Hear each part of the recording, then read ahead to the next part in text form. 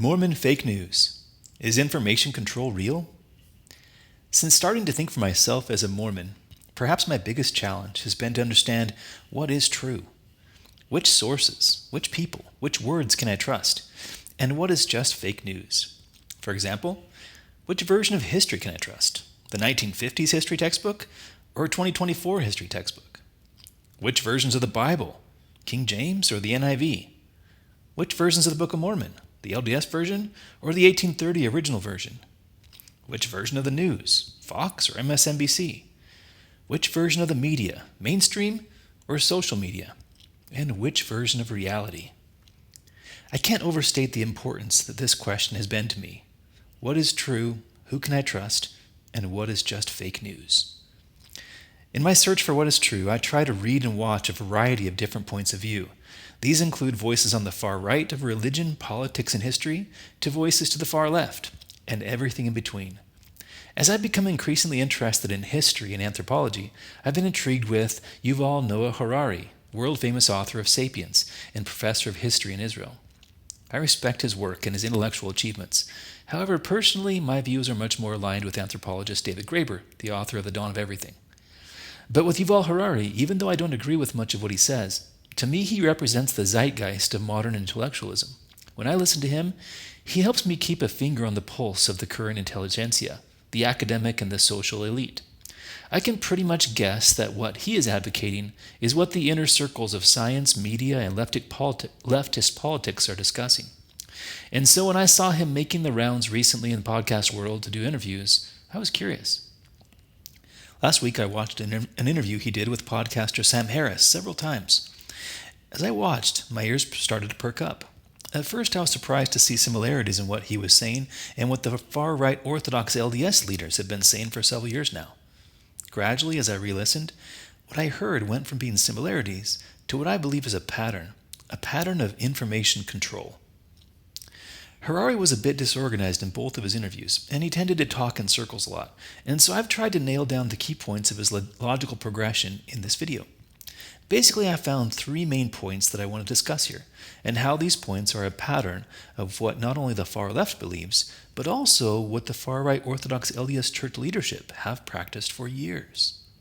Here we go. Number 1, control information. The first thing these two groups have in common is a distrust of information and the free access of the general population to information. So let's listen.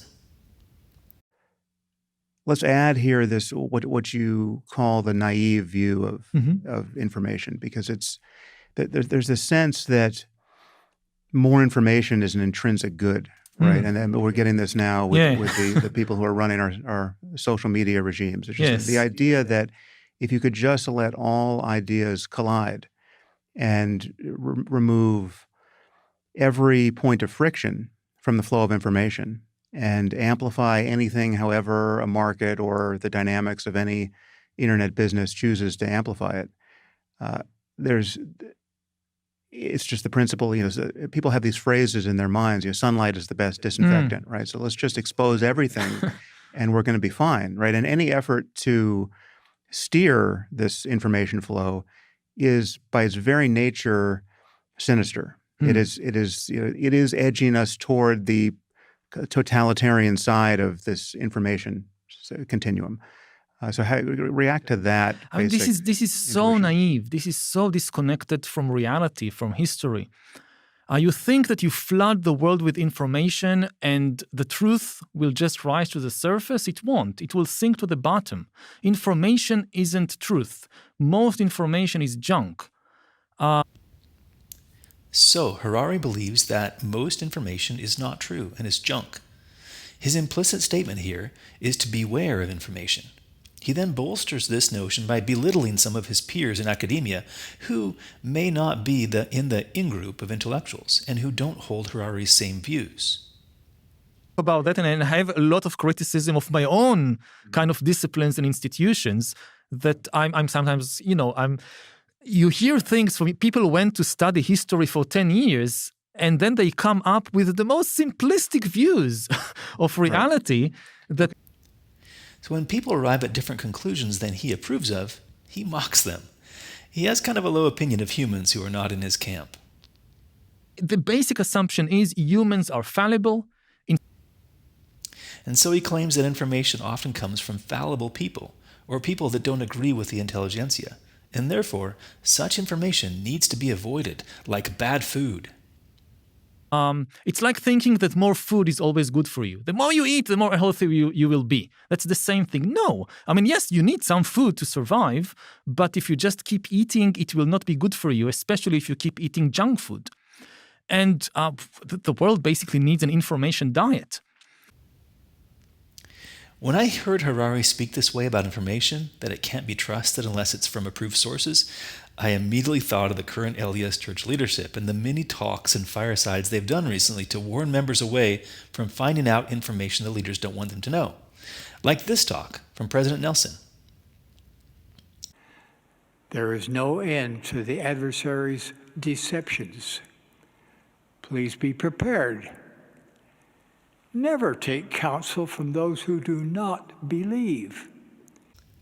I laughed when I noticed this similarity.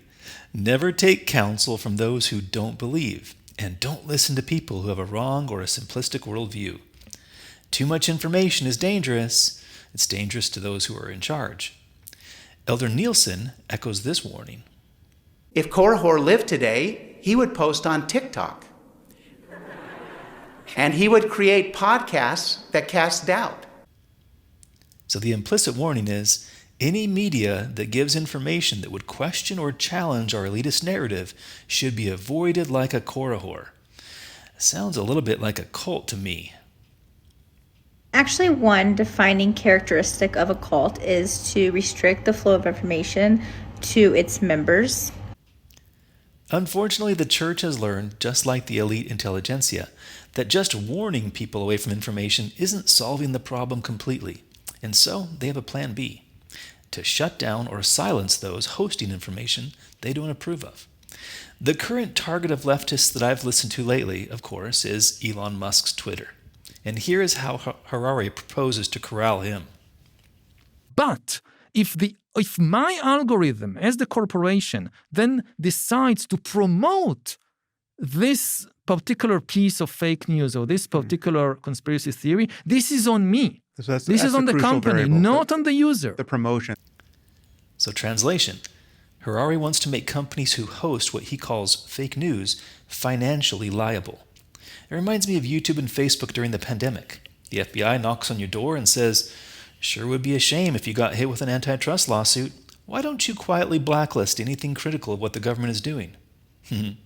Harari says to Elon, but still, your job is to fact check and to think about the implications of this story and then take a very responsible decision about what you choose to promote.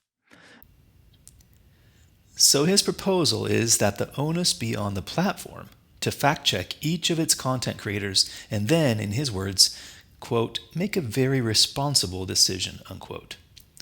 This is eerily like the church's approach to anyone who posts historical information that the church doesn't want its members to know, such as about Brigham Young's racist teachings or the extent of polygamy or its secret multi-billion-dollar shell companies. Instead of addressing the information factually and openly, they operate to silence and shut down those who bring the information to light. And this was my excommunication in a nutshell, along with many others who have met a similar fate. All right, the second part is to undermine truth. The LDS leadership and the leftist intelligentsia have this in common. They have a distrust for truth. Harari agrees that truth is better than information, but truth is also problematic. He says, the truth is a subset of information and a very small subset. That the truth is sometimes, not always, but the truth is sometimes painful. From the personal relationships that we often don't want to know the truth about how we treat the other people in our lives. This is why we need to go to therapy for many years to acknowledge the reality. All the way to entire nations or entire cultures. If you run for elections in the US or in Israel or anywhere else, and you just tell people the truth, the whole truth, and nothing but the truth, an Israeli politician who would just tell the truth about the Israeli-Palestinian conflict is not likely to gain many votes that way.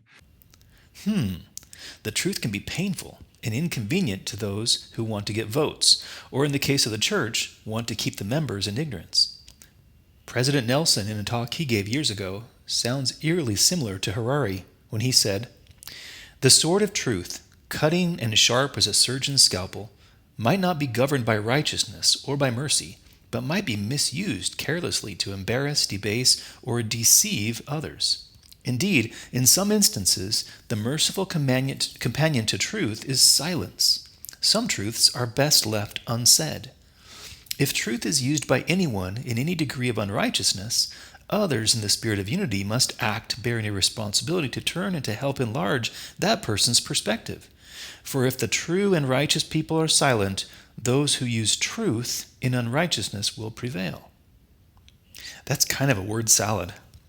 Truth can deceive others? Truth can be used for unrighteousness? Those who are true and righteous must defeat those who use truth in unrighteousness? Anyone confused?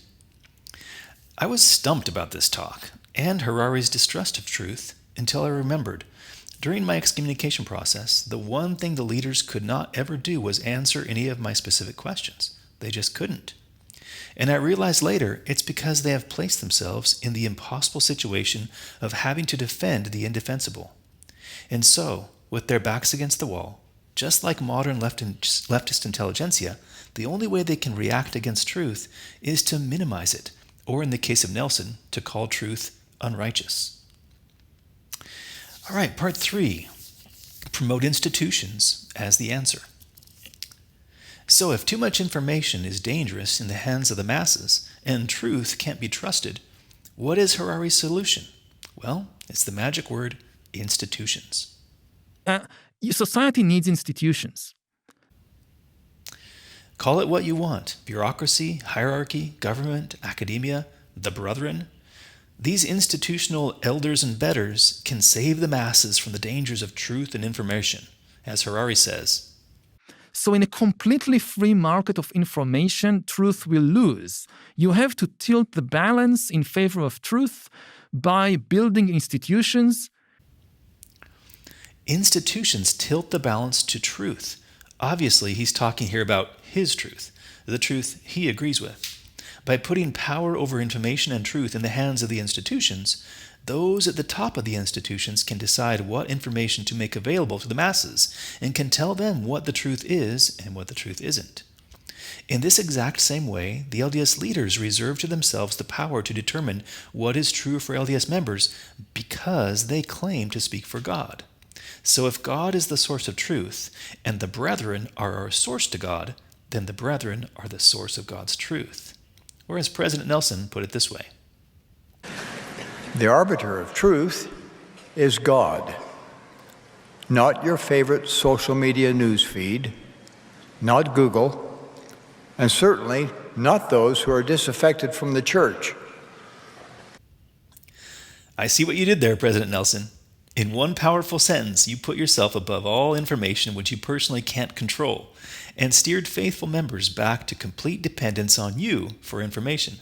I mean, if members can't use Google or social media and can't listen to people like me, they stand a pretty good chance of remaining forever asleep in the pews at church.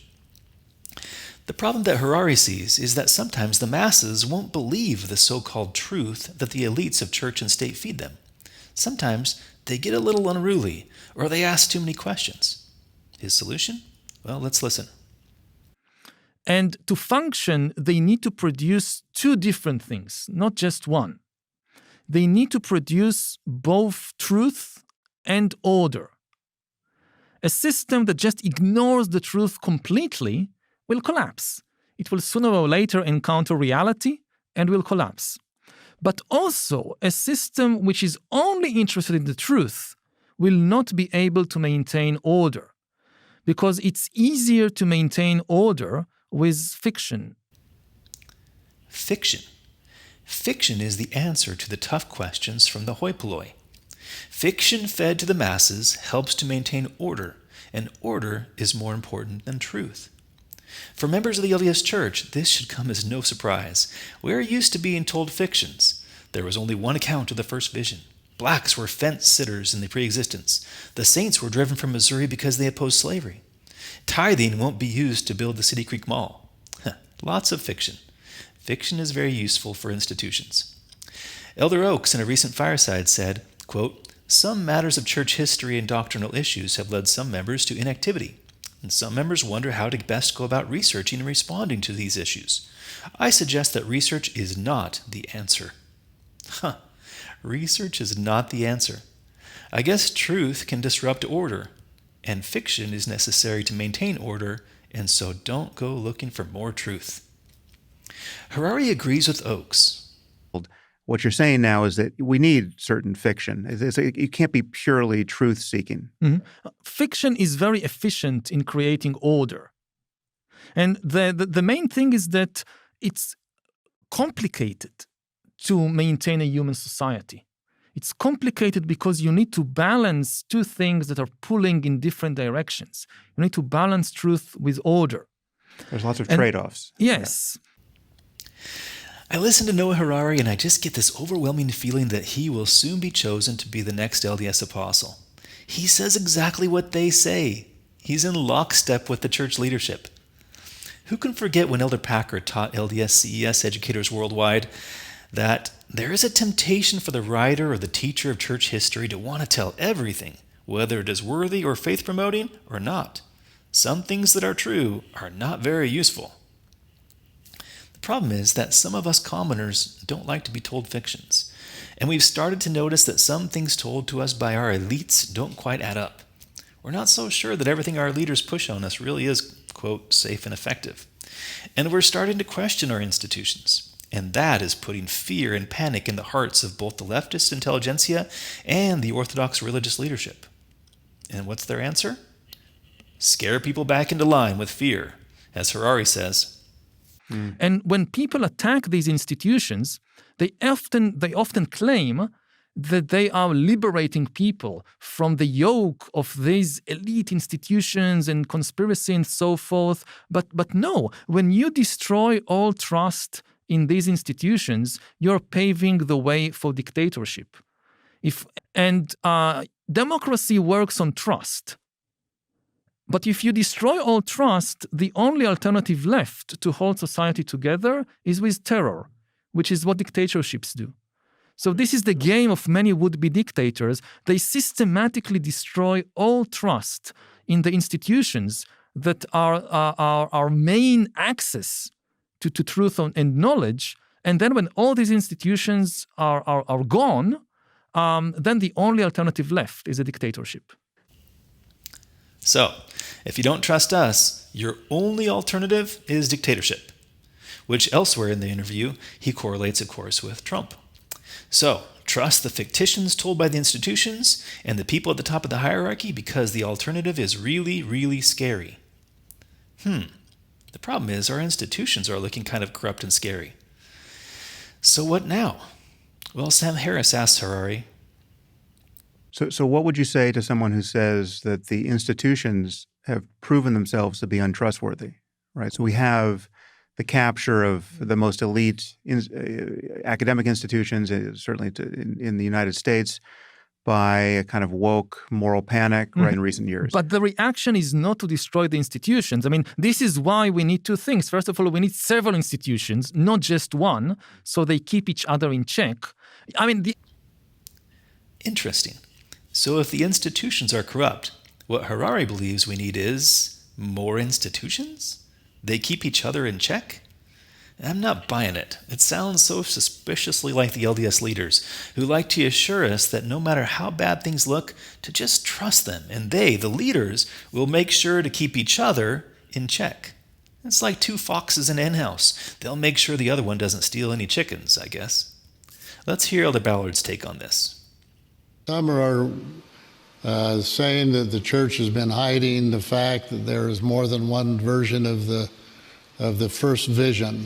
But it's this idea that the church is hiding something, which we would have to say as two apostles who have cover the world and know the history of the church and know the integrity of the first presidency and the Quorum of the 12 from the beginning of time, there has been no attempt on the part in any way of the church leaders trying to hide anything from anybody. So just trust us. So, just trust us. We're not hiding anything. We've never hidden anything. Just trust us. My problem is I spent most of my life trusting them, completely. And when I started to see cracks in their carefully crafted facade and went to my leaders for answers, they wouldn't give me answers. Instead, they sought to silence my questions. How do you trust someone who refuses to tell the truth? And that was a hammer blow to my faith in such institutions. I began to think they're all kind of alike. Their suits are all nice, and they all have polished ways of speaking, and they all have important-sounding titles. But what if they're all corrupt? What if they're all corrupt? I wonder about that sometimes. I guess I identify a bit with Truman in The Truman Show. I don't know what to think, Marlon.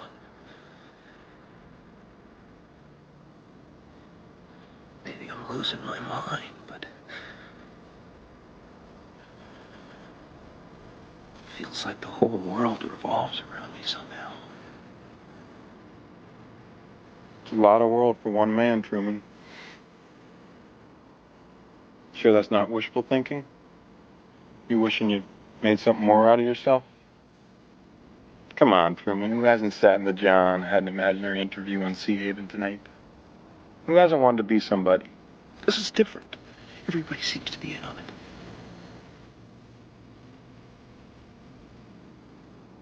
I've been your best friend since we were 7 years old, Truman. I know that feeling when it's like everything's slipping away and you don't want to believe it, so you look for answers somewhere else,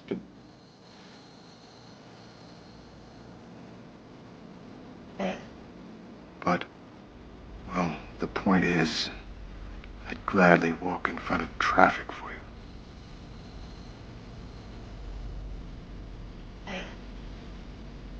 the point is, I would gladly step in front of traffic for you, Truman.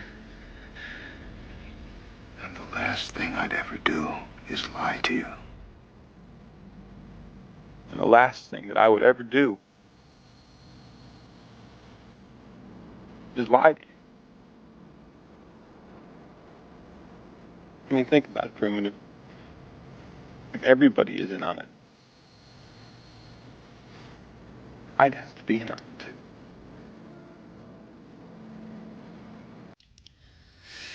Are we in a state where our institutions are in the process of being corrupted? Are there leaders who act behind closed doors to do things that are not in our best interest? Are there those who claim to speak for God or country, but who don't tell us the whole truth, or maybe even lie to us? What then? Well, Harari has an answer. Now people ask, okay, so what if all these institutions are corrupted? Then bad luck. I mean, nothing is perfect. If all the institutions of your society has been corrupted and taken over, and all the self-correcting mechanisms are disrupted, dysfunctional, very bad news. Yeah. Society collapses. Bad luck. Very bad news. It reminds me of the words of Moroni, who saw our day and wrote, "Woe unto you." Bad luck. Woe unto you. That doesn't make me feel any better. The institutions like their position and their power, and they are not going to go down without a fight. Their plea to the masses who are milling around uneasily and looking like they might stampede is this. And the solution is not to lose trust. One of the key problems I see today in the world is that you have an extremely cynical view of humans and of human societies spreading, both on the right but also on the left. This is something that the extreme left and the extreme right agree about. They have an extremely cynical view of humans and of reality.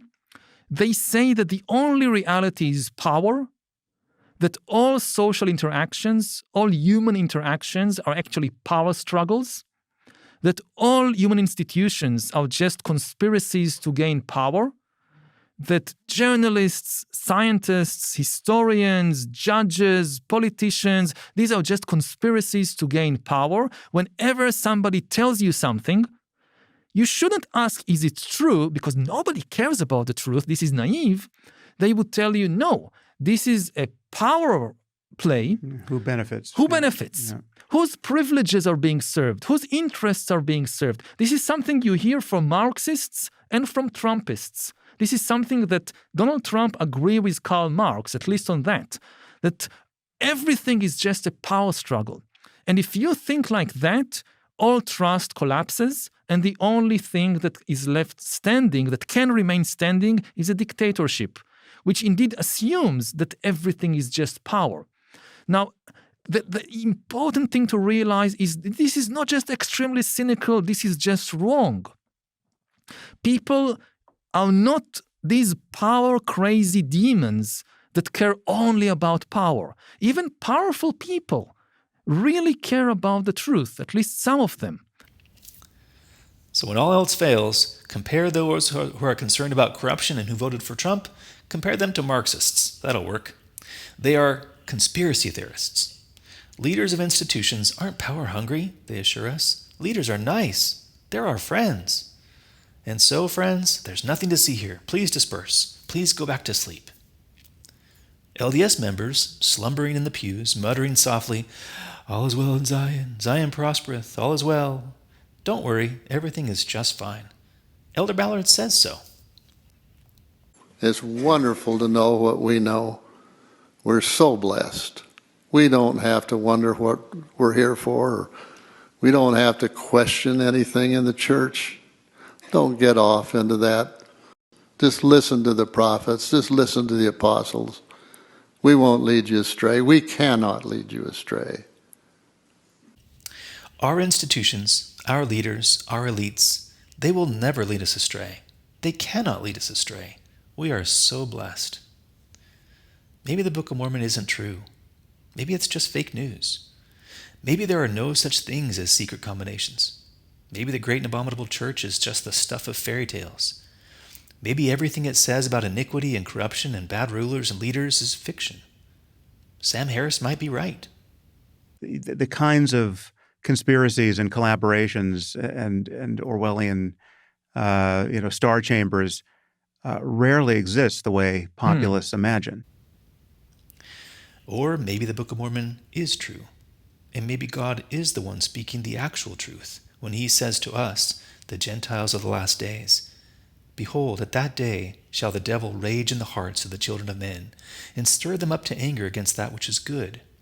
And others will he pacify and lull them away into carnal security, that they will say, all is well in Zion, yea, Zion prospereth, all is well. And thus the devil cheateth their souls, and leadeth them away carefully down to hell. And behold, others he flattereth away, and telleth them there is no hell. And he saith unto them, I am no devil, for there is none. And thus he whispereth in their ears, until he grasps them with his awful chains, from whence there is no deliverance. Therefore, woe be unto them that is at ease in Zion. Woe be unto him that crieth, all is well. Yea, woe be unto the Gentiles. Nevertheless, I will be merciful unto them, saith the Lord God, if they will repent and come unto me, for mine arm is lengthened out all the day long. Fake news or truth? I guess each of us gets to decide.